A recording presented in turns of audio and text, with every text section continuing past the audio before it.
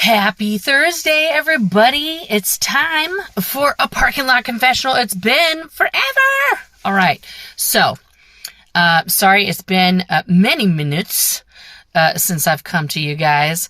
I was on a little tiny bit of a vacation, went to a concert, had a good time, and now I'm back at work. I was back at work yesterday, but I was a tiny bit late, guys. Oh my God.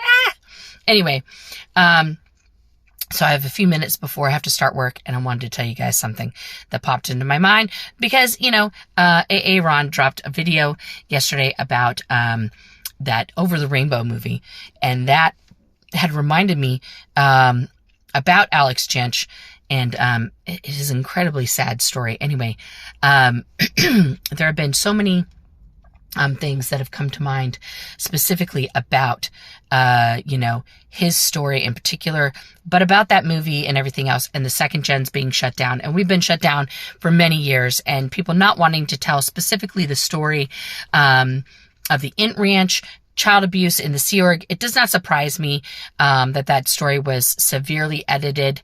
Could Scientology have paid off the producers? Absolutely. Would they have put out a garbage dumpster fire version of the movie just to placate people and be like, look, we made a movie. Here it is. Absolutely. Because something is better than nothing. And, and then they could say they made a movie, right? So, and then just burn all the evidence of all the footage that they shot with all these people. But that doesn't erase they're so stupid. It doesn't erase the people or the stories. Like, Laura's still here, Shane's still here, all these other people are still here. The one person who isn't here to speak for themselves is Alex Gentch. Now, here's the tiny bit of the story about Alex that I personally know, okay? So Alex, yes, born into the Sea Organization, to Heber and Karen de la Carriere, was at the Int Ranch, and, that portion of it is well documented and known.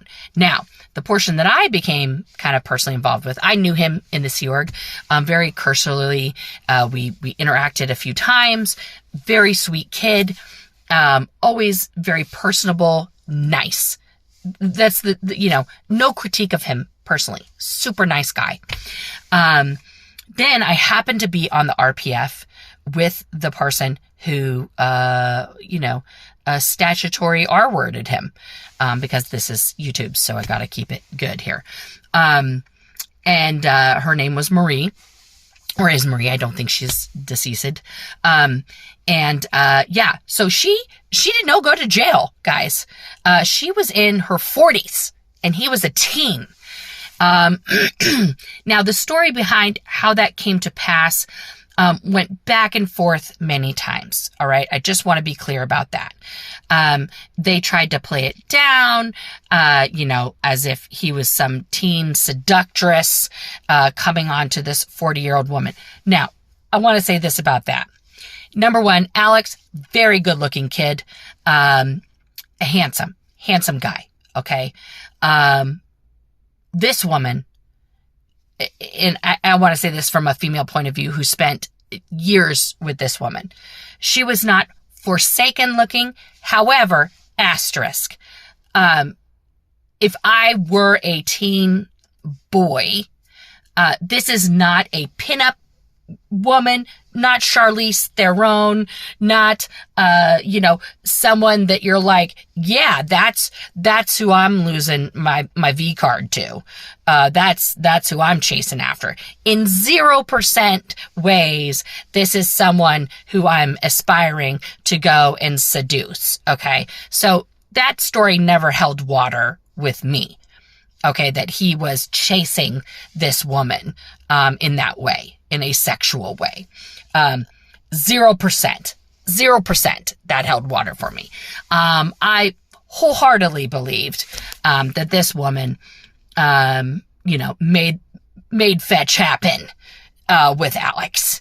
However that occurred, I did not sit close enough to her during her confessionals where she was describing these acts with him. I did not care to hear that. Because believe it or not, we had to sit side by side. There was no privacy during these confessionals where people were, confessing to their sins. You had to say all these things out loud in a group. Not a group like AA, where you're like, hi, I'm Nora.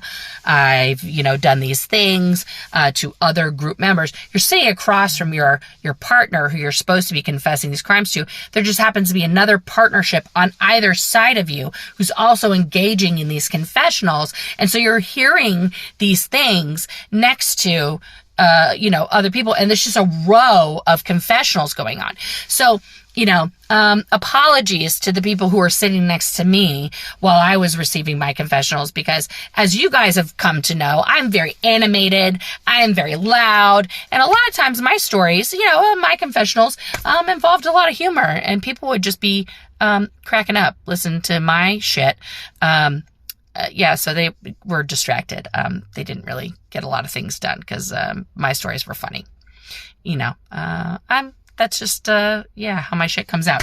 Anyway, back to Alex. So, fast forward to, I leave the Sea Org. I interact with Alex just a couple more times. He ends up leaving the Sea Org, and gets in a car wreck, gets married, all these things. He is then BFFs with my brother, my stepbrother, but I call him my brother. We grew up together. Chuck. Ends up being the best man at Chuck's wedding. They are like this. They are just best friends. Okay. Besties. After the car wreck, he got a little addicted to pain pills and things like that. He just could not deal with the pain. A little bit of, alcoholism. Okay. Having a little problem with that. From what I heard, that had caused a lot of stress in his marriage. Okay.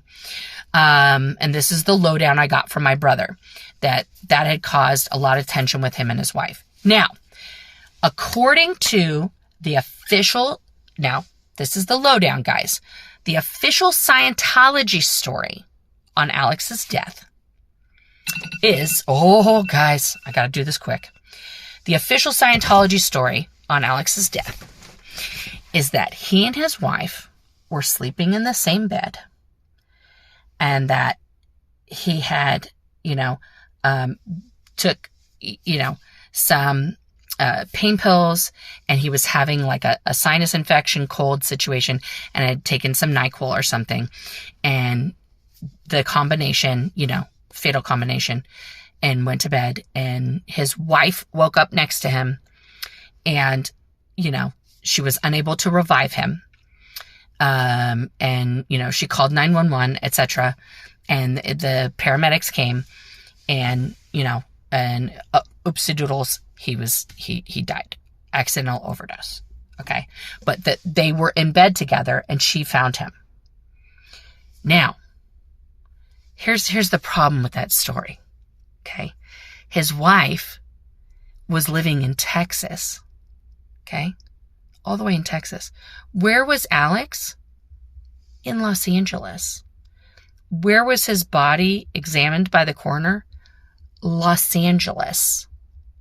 Okay? He was living with his in-laws in Los Angeles. Somehow. His wife was living in Texas. He did overdose in a fatal combination of those drugs, accidentally. His in-laws were taking care of him,